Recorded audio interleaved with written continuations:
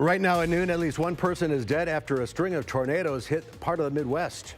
And Wisconsin Supreme Court Justice Dan Kelly is running for a full term in 2020. From the Channel3000.com Alert Center, this is News 3 Now at noon. Good afternoon, everyone. I'm Mark Kane. Thanks for tuning in to News 3 Now on this Tuesday. Fake Monday, we're calling it around here. Hope you all had a great holiday weekend. Let's head over to the Weather Center. Meteorologist Chris Reese has a look at your first alert forecast. What a dreary day. Yeah, it's been very dreary. And the truth is, the overall Midwest has been so busy for the past several days. We've had severe event after severe event, tornadoes in different places, and in Madison, we've kind of had the tame side of it all. Still cloudy out there now. The temperature 56 degrees, winds out of the northeast at 8 miles per hour. There's been a wave of showers trying to move into town. That's fallen apart as it's done so. You see that on Doppler track. Most of that is going to be staying to our south across parts of Illinois. In fact, as you move things even further towards the south, this right here is a severe thunderstorm watch in that box outline that you do see. But we're watching the Midwest again for more showers and thunderstorms today. The potential to be a very dangerous day from just to the west of Kansas City over towards places such as Quincy, Illinois. That's where they do have a moderate risk for severe weather. That is a level 4 out of 5. That's what we're watching towards our south. As for us, we're just going to look at cloud cover and perhaps a rumble of thunder or two overnight. We're going to be timing out when that rain does arrive for us coming up in a few minutes, Mark. Yeah, we've lucked out the last week or so, that's for sure. Yes, we have. All right, we'll see you in a few minutes. Thank you, Chris. At least one person is dead after violent twisters left a trail of destruction across Ohio and Indiana. A suspected tornado is part of a string of twisters that moved through the area, demolishing homes and uprooting trees. In Salina, Ohio, a tornado is being blamed for the death of an elderly man after a car went into his house overnight. Federal officials say preliminary reports show more than 50 tornadoes may have touched down Monday across 8 states in the midsection of the country. We do not yet know the full extent of the damage as crews are still working to reach affected areas. But we do know that the damage was significant and that many citizens and folks are still without basic services. The Arkansas River has been slowly rising, and the concern is that additional rain over the next few days could cause the levees to break.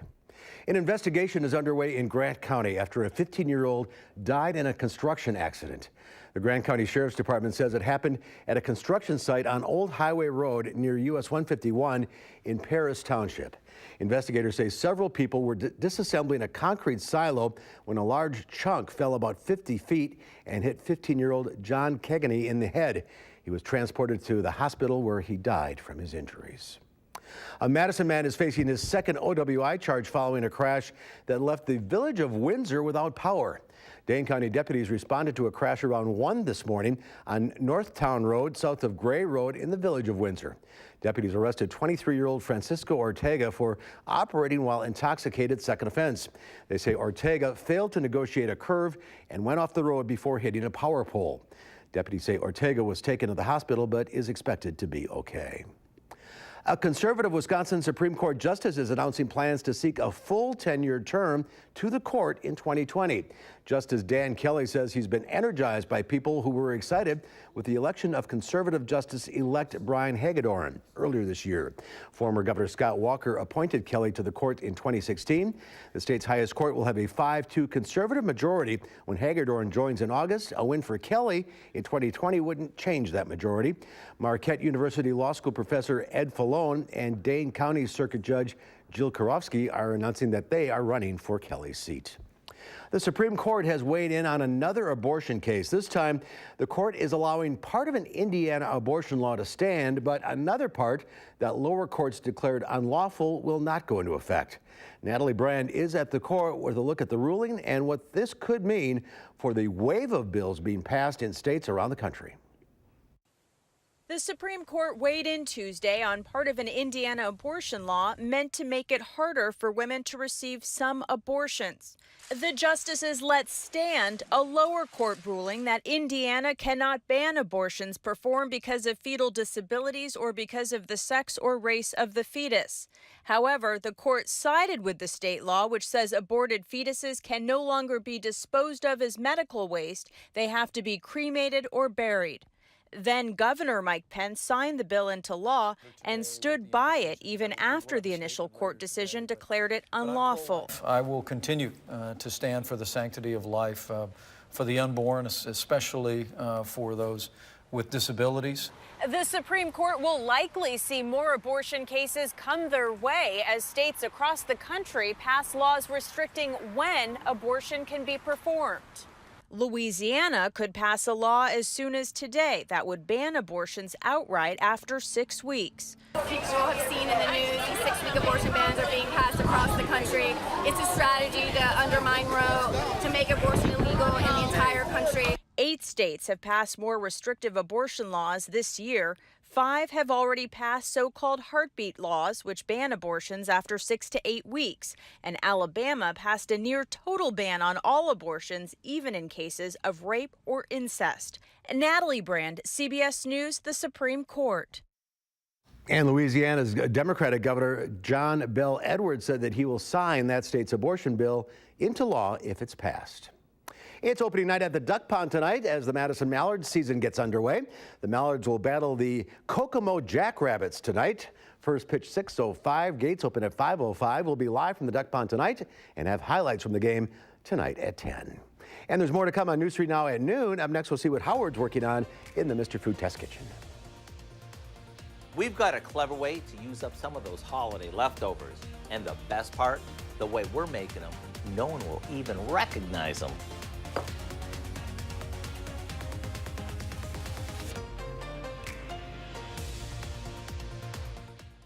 Around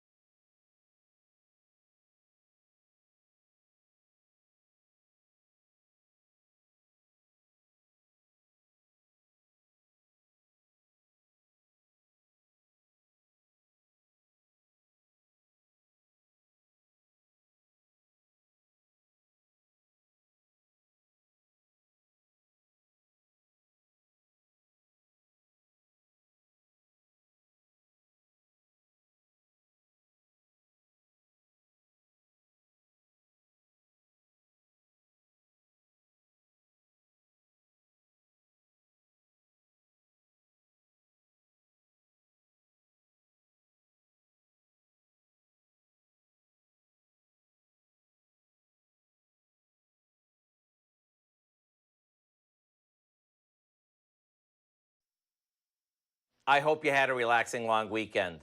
And if you're grilled out, there's a pretty good chance that tonight and for the next few days, you're going to be eating leftovers.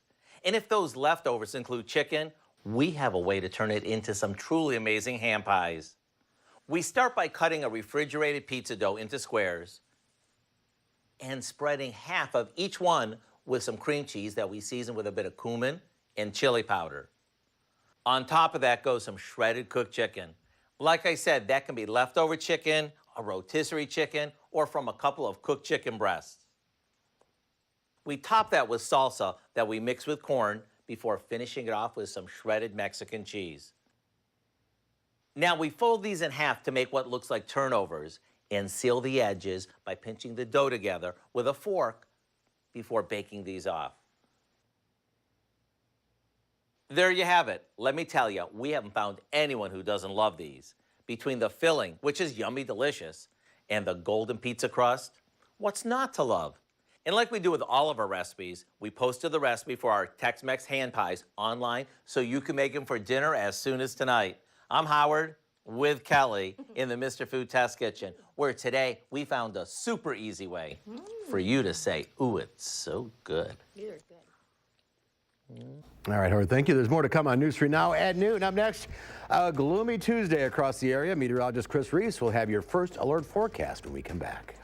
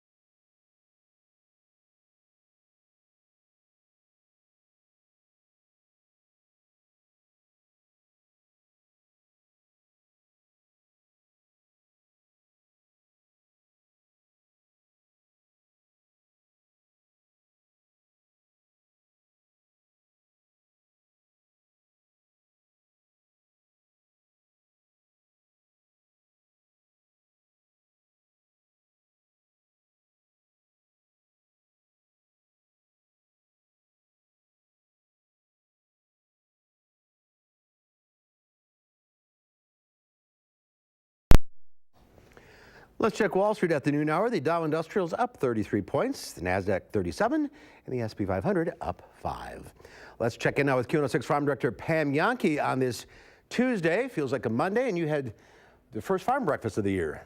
Well, just one that I was at. There's been other farm events that have happened. But yeah, I thought it was important that we remind people, Mark, despite the weather challenges, there are still a lot of volunteers out there getting ready for all of our June dairy activities to kick in full speed. Started it over Memorial Weekend with my friends down in Greene County. Thought I'd share a few pictures from you or for you from that event. It definitely goes to show how the Greene County Ag Chest does a wonderful job, not only coordinating their volunteers, but how all the community shows up to make sure that they know that they're supporting their local dairy farmers. That 4-H judging team from Greene County is on its way to Scotland and Ireland, the first time in a long time that we've seen that kind of accomplishment in that community. So thank you again to the Minder family for hosting that event. And I know their numbers might have been a little softer than maybe during dry years, but boy, wonderful morning to spend down on the farm. And we've got plenty more coming up, including this Saturday, the Iowa County Breakfast. That's going to be at the Iowa County Fairgrounds in Mineral Point. And Saturday also the Cows on the Concourse activities down at the Capitol Square. So today, as far as markets, it is all about the weather. According to models from our Farm Futures folks, they saw about twice the amount of rain that came in over the weekend compared to the forecast that we had been given to folks. And that meant that there's a whole lot of folks that are just going to be rushing, trying to get corn in the ground. A lot of farmers that have been posting their comments online say that they are mudding in the corn just to try to get it going. And that's never a good thing because it means we're going to have problems with that cornfield on emergence and pest resistance and weed control from now on forward. But they at least will have the acres in the ground. Also, a lot of dairy farms that are getting very, very anxious about the amount of feed they've still got available. The alfalfa may be ready, but they don't want to get out there and rip up ruts trying to get to it yet. Barrel cheese today in Chicago down 3 3/4 cents at $1.54 1/4. 40-pound block cheese unchanged at $1.68 1/4. The AA butter starts this shortened week up 2 cents at $2.40 3/4. So like I said, my dairy folks, they're in it rain or shine, but I sure wish I could get a little bit more shine out of this forecast. We'll see what we can do. All right, Pam, we'll see you later. Chris Reese is over in the Weather Center. Any shine in your forecast?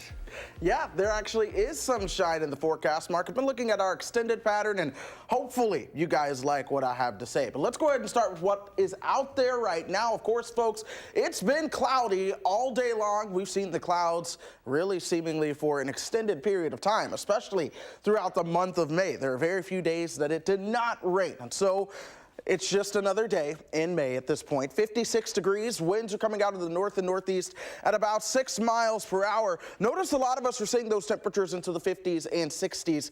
Double nickels really across much of central Wisconsin. We come down closer towards the state line. That is where you begin to at least get closer towards the 60-degree mark. Janesville at 59 right now. We did see a little bit of shower activity trying to work its way on in. It actually died out once it moved into Wisconsin. So most of that shower activity now is towards the south, across parts of northern Illinois, back through southeastern Iowa, and then into parts of northern Missouri, which we're watching some of those same zones today for another dangerous day of severe weather. We have a moderate risk, level 4 out of 5, stretching from about Kansas City all the way over towards Quincy, Illinois, and this moderate threat is mainly for the potential of more tornadoes. I know we've heard about that seemingly endlessly in the news lately, and I do believe that is going to continue. What we have going on right now is a stationary front stretching from about Kansas all the way over towards southern Michigan. Waves of low pressure are going to be riding along that front. Notice that is south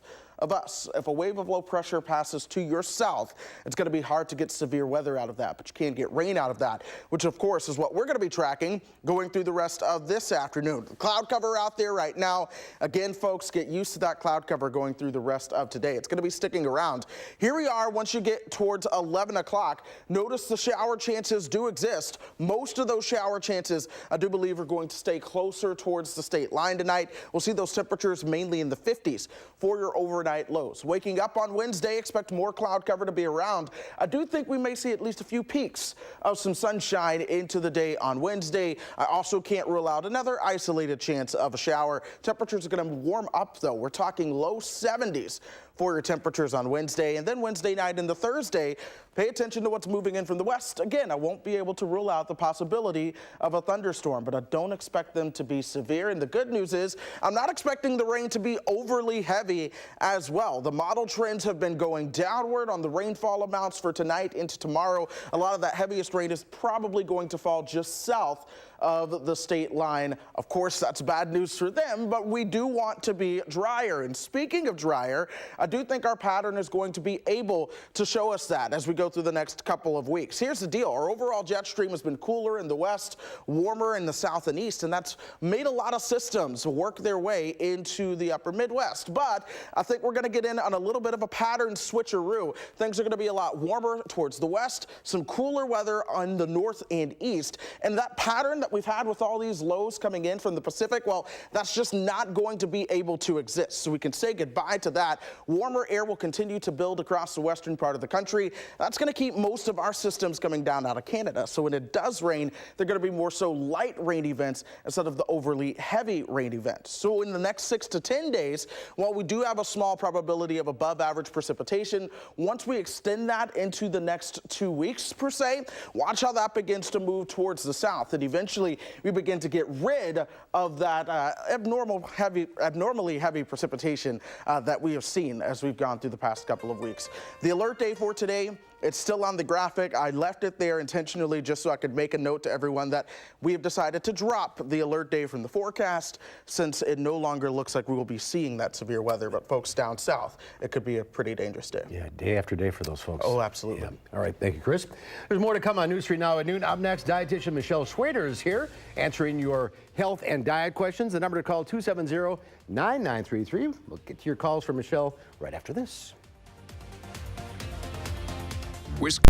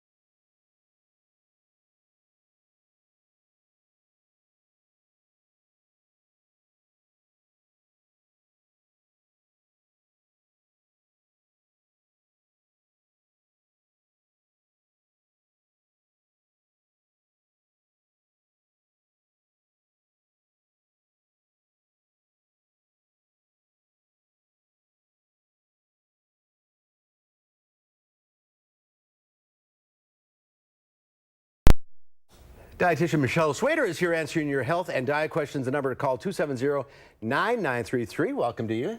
Thank you. A nice holiday weekend? Yes, it was great, thanks. A new study about processed food versus regular food. Right, so there has not been a lot of actual studies done to prove to us why we shouldn't have processed food. We just say in most healthy diets you shouldn't eat it.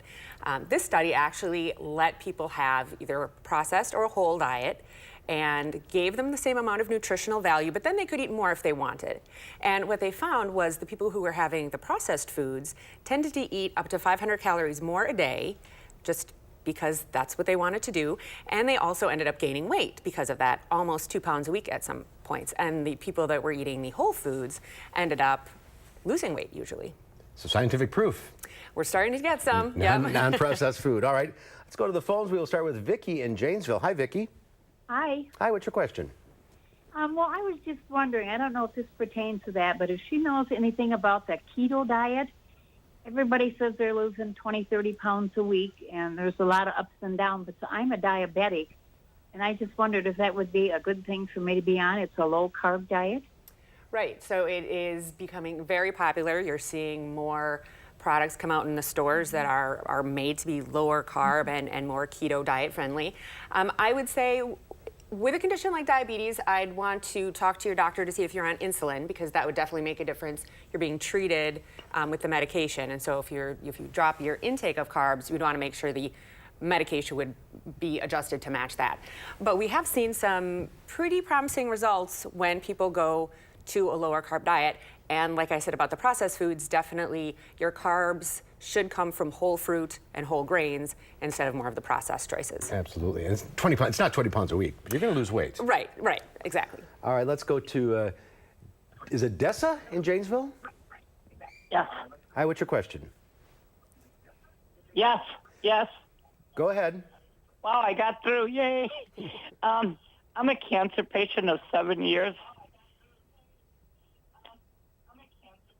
Okay, go ahead. And I was just wondering, since the chemo takes out all my magnesium, is there anything special I should eat to try to replace it? Sure, lots of, again, staying with the whole food theme, a lot of your vegetables, beans, some fruits will be high in magnesium. And that's something that you could do a search for, internet search, to look for foods that are high in magnesium. If it is chronically low, that might be something that you actually do want a supplement for, in addition to, of course, the higher magnesium foods that you're looking for. So, like I said, a lot of greens and beans, different kinds of vegetables like that will have magnesium. Try and get it from food rather than supplements. That would be the first choice, yeah. But if you have a low intake and you're chronically low, then a supplement might be needed. All right, let's go to Sandy in Necedah. Hi, Sandy. Hi. My husband has microscopic colitis. He was diagnosed about a year ago, and I am really having a problem trying to figure out what he can eat, because I'm trying to do a healthy diet, and I just want to know what I can do. Mm-hmm. Well, I think actually what I want to say right away is I would definitely look to have a relationship with a dietitian where they could really go through and have a meeting or multiple meetings. Sometimes with that, it takes a while to investigate what foods are agreeing with you, what foods are aggravating. It's kind of a slow process to test foods out. And so I would say to ask the doctor for a referral to a dietitian so you could really follow up on that. All right. We're out of time. Michelle, thank you. If you're on the line, stay there. She'll talk to you off the air. We'll see you next time. All right. Here's Chris with a quick look at your final forecast. Yeah, we're going to continue to see the cloud cover sticking around as we go through today. We had dropped the alert day just because the severe weather threat has gone down, but chances of rain overnight into Wednesday. All right, that's our time for now. Thanks for watching, everyone. We'll see you back here at 4. In the meantime, have a great afternoon.